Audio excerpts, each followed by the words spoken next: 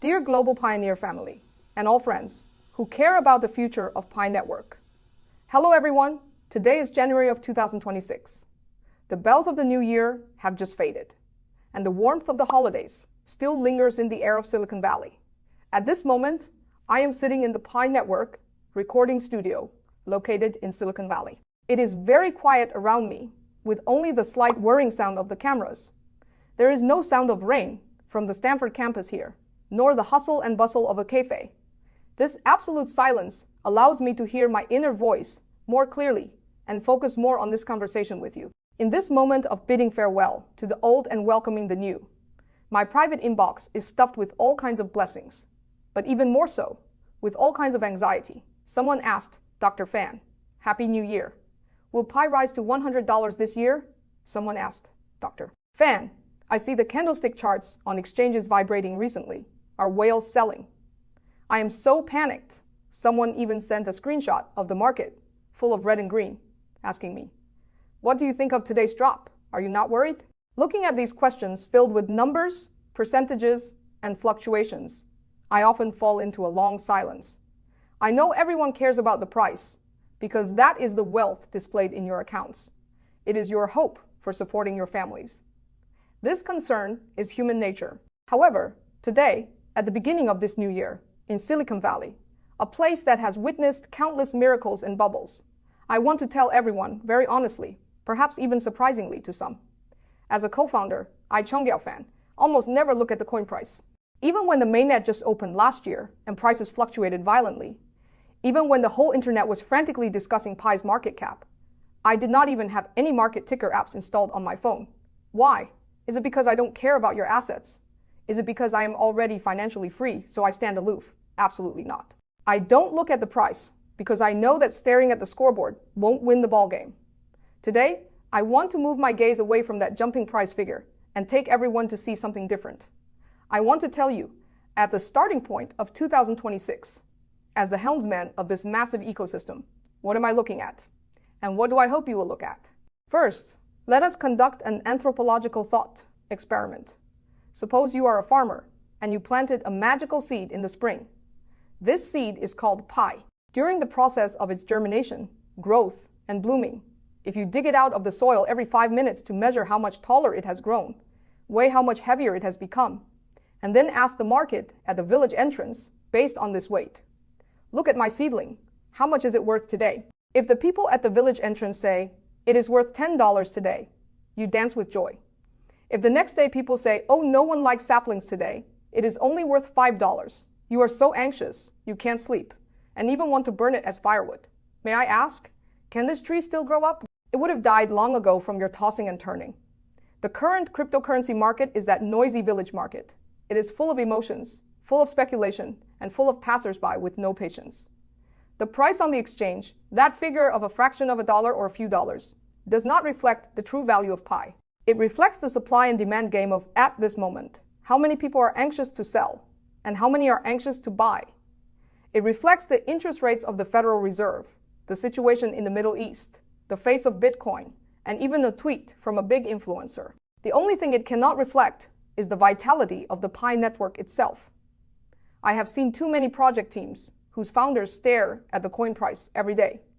When the price falls, they rush to release good news, hire shills, and pump the market. When the price rises, they rush to cash out, celebrate, and even become arrogant. Their heartbeats beat along with the candlestick charts. The result? They have no mind to patch vulnerabilities, no patience to polish products, and no time to listen to the voices of users. In the end, these projects become duckweed drifting with the waves. Once the wind stops, they sink. I don't look at the coin price because I don't want to be that impatient farmer. I know that Pi is a sequoia tree. The value of a sequoia lies not in how much it can be sold for when it is a sapling, but in its ability to grow into a towering tree 10 years, 100 years later, to become timber, and to provide oxygen for this forest. Price is the dance of shadows. It is short and long, illusory, and unpredictable. What I care about is the growth of the entity. If I don't look at the price, what am I looking at staring at the screen every day?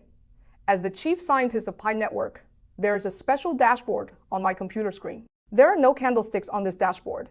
Only some data that might seem boring to you but are incredibly sexy in my eyes. I am looking at active wallet count, not the registered count, but the active count.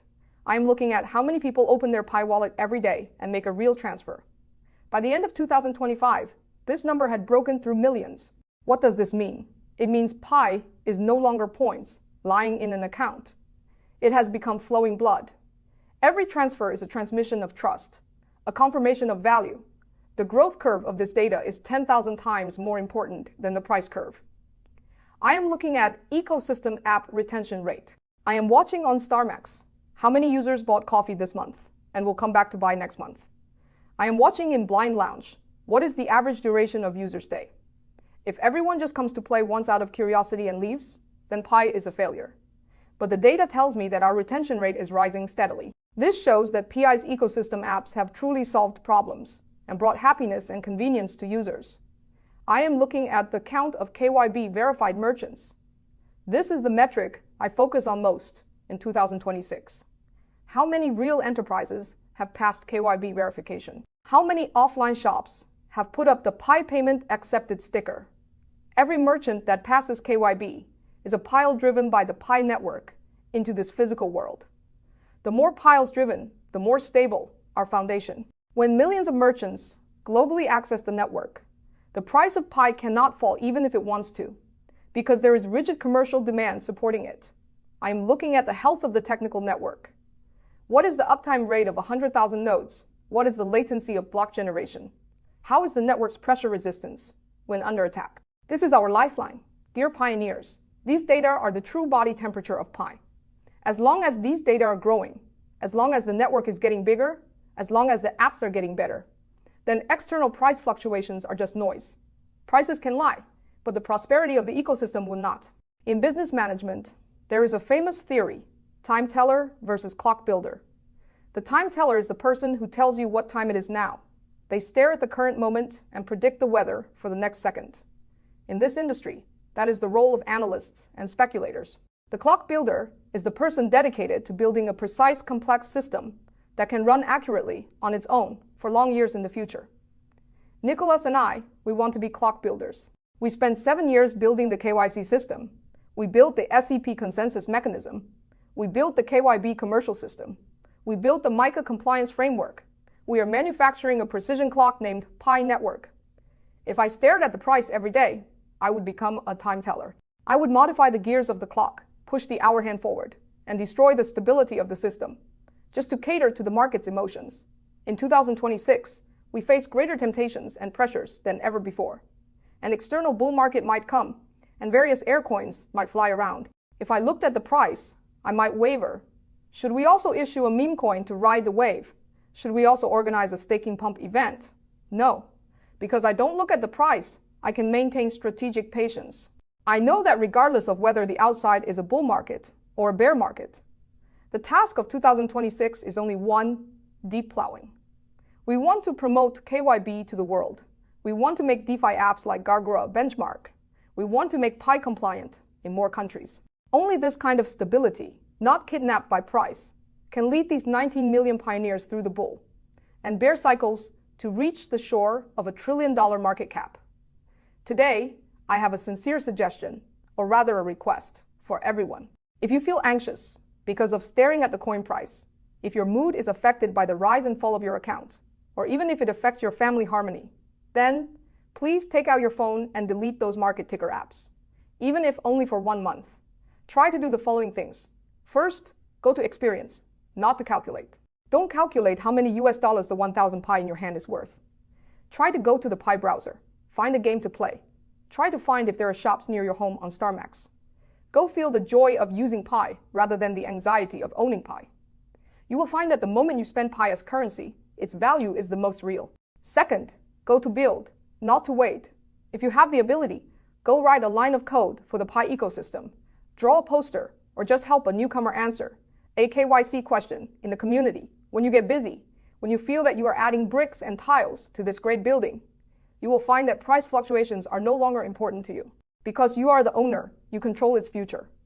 Third, go to live, go to love. Pi is to make our lives better, not to hijack our lives. Work hard, eat well, accompany your family. Hide Pi's passphrase well. Treat it as a gift to the future. An Easter egg, believe me. When you forget the price and live earnestly for 3 years, 5 years, and then look back, that number will definitely give you a huge surprise. Finally, I want to return to the original intention. In 2019, when we wrote the white paper at Stanford, the price of Pi was 0. At that time, why were we so excited? Why could we stay up late in that shabby office? Not because we calculated how much it would be worth in the future, but because we believed we were doing the right thing. We believed that ordinary people should possess financial rights. We believed that technology should be warm. We believed that through the connection between people, we can create a currency fairer than the US dollar. Over these 7 years, what has supported me to go on has never been the price, but belief. It is that 60-year-old Korean lady still running a node. It is that student of Nicholas who exchanged Pi for his first computer. It is every one of you pioneers who still light up the lightning in the wind and rain. 2026 has just begun. This is destined to be a magnificent year. Prices will fluctuate, and the market will have noise. But I promise you, no matter if the price falls to the bottom or rises to the clouds, I will not look at it once. I will always stare at our roadmap, stare at our ecosystem data, stare at our promise to users. I will always be here, being the clock builder, being the tree planter, until Pi Network becomes the most lush forest and the most precise clock on this planet. Please turn off the ticker and open your vision. The future is not in the candlestick charts, but in the hands of every one of us. Thank you, everyone.